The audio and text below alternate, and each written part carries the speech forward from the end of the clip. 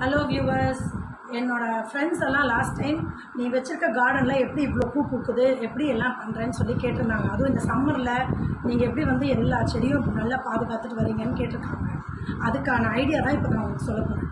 இதுக்கு பேர் வந்து முட்டை ரசம்னு சொல்லுவாங்க. இது ரொம்ப கஷ்டம், அப்படி பண்ணணும் இப்படி பண்ணணும் அதெல்லாம் சொல்லுவாங்க. அதெல்லாம் ஒன்றுமே கிடையாது. இதுதான் ஒரு இன்க்ரீடியன்ட்ஸ். இது வந்து வெல்லம், நம்ம நார்மலாக வீட்டில் வச்சுருக்கிற வெல்லமே நம்ம யூஸ் பண்ணலாம். இது வந்து 250 கிராம்ஸ் வெல்லம். அதுக்கு ஒரு 3 எலுமிச்சம்பழம் எடுத்திருக்கேன் நான். சரிங்களா? இந்த மாதிரி எலுமிச்சம்பழம் கட் பண்ணி வச்சுருந்தேன். 3 முட்டை.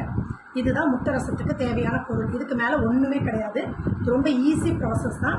பாருங்கள், ஃபஸ்ட்டு வந்து இந்த முட்டை இந்த மாதிரி ஒரு நல்ல ஒரு கண்டெய்னர் எடுத்துக்கோங்க. நீங்கள் எடுத்துக்கிற கண்டெய்னரில் ஒரே ஒரு விஷயந்தான் இருக்கணும், ஏர் டைட் கண்டெய்னராக இருக்கணும். கொஞ்சம் நல்லா டைட்டாக க்ளோஸ் பண்ணுற மாதிரி. ஏன்னா இதெல்லாம் வந்துட்டு ஏர் இதுவாகக்கூடாது, பாஸ் ஆகக்கூடாது. அதுக்காக முட்டையை லைட்டாக அப்படி உடச்சி அப்படியே போட்டுக்கோங்க. இதில் இதை உடச்சி போடணுன்னு கூட இல்லை, இருந்தாலும் உடச்சி போட்டிங்கன்னா இன்னும் கொஞ்சம் சீக்கிரமாக ப்ராசஸ் ரெடி ஆகும். இப்படி முட்டையை உடச்சி அதிலே போட்டுக்கோங்க. போட்டுட்டு இந்த வெல்லத்தை அதில் தள்ளி விட்டுக்கோங்க. வெல்லம் எப்போதும் இந்த மாதிரி தூளாக இருக்கணும், நல்ல பவுடராக அப்படி இருக்கணும். நாட்டு சர்க்கரை இருந்தால் கூட போட்டுக்கலாம். இப்படி போட்டுட்டு நல்லா தூள் பண்ணி போட்டுடுங்க.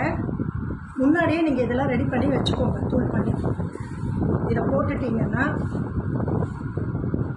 இதை மிக்ஸ் பண்ண வேண்டாம், நான் சொல்லும்போது பண்ணால் போதும்.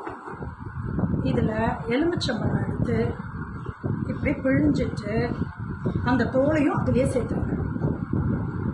ஒவ்வொரு எலுமிச்சம்பழத்தையும் நல்லா பிழிஞ்சு விட்டுட்டு விதையெல்லாம் எடுக்க வேண்டாம், அப்படியே அதில் சேர்த்துட்டே வந்துடுங்க. இப்படியே ஃபுல்லாக நீங்கள் சேர்த்துட்டு வந்துட்டிங்கன்னா உங்களுக்கு இன்னும் ப்ராசஸ் நடக்கிறதுக்கு ஈஸியாகிடும்.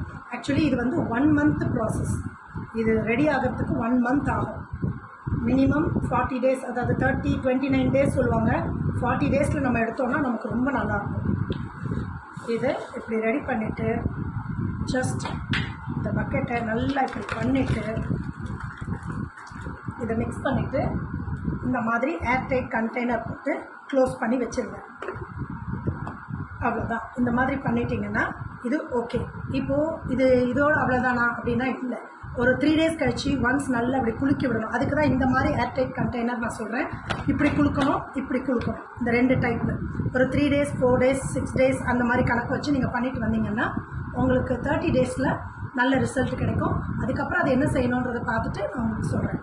இப்போது இதோட வீடியோவை நான் திருப்பியும் போடுறேன். தேங்க்யூ, பாய் பாய்.